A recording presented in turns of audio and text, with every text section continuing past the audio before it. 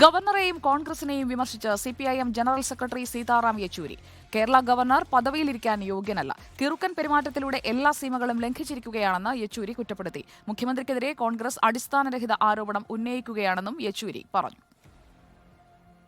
3 ദിവസമായി തിരുവനന്തപുരത്ത് നടന്ന സിപിഐഎം കേന്ദ്ര കമ്മിറ്റിയുടെ തീരുമാനങ്ങൾ വിശദീകരിച്ചുകൊണ്ടാണ് സീതാറാം യെച്ചൂരി ഗവർണർക്കും കോൺഗ്രസിനുമെതിരെ വിമർശനം ഉന്നയിച്ചത്. നിലമേൽ സംഭവമടക്കമുള്ള നടപടികൾ പരാമർശിച്ചുകൊണ്ടായിരുന്നു ഗവർണർക്കെതിരായ വിമർശനം.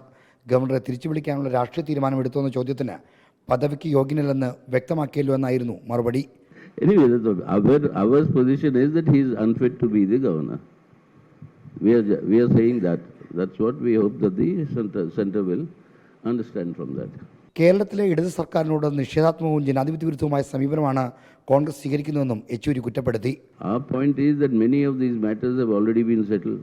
What we are saying is right now, whatever position the Congress is taking is only helping the BJP government to ill-treat the state of Kerala and its people.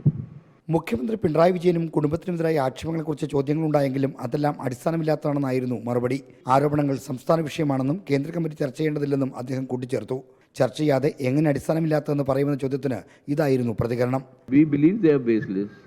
Those who say they have very weighty evidence, bring the evidence. Reporter, Thiruvananthapuram.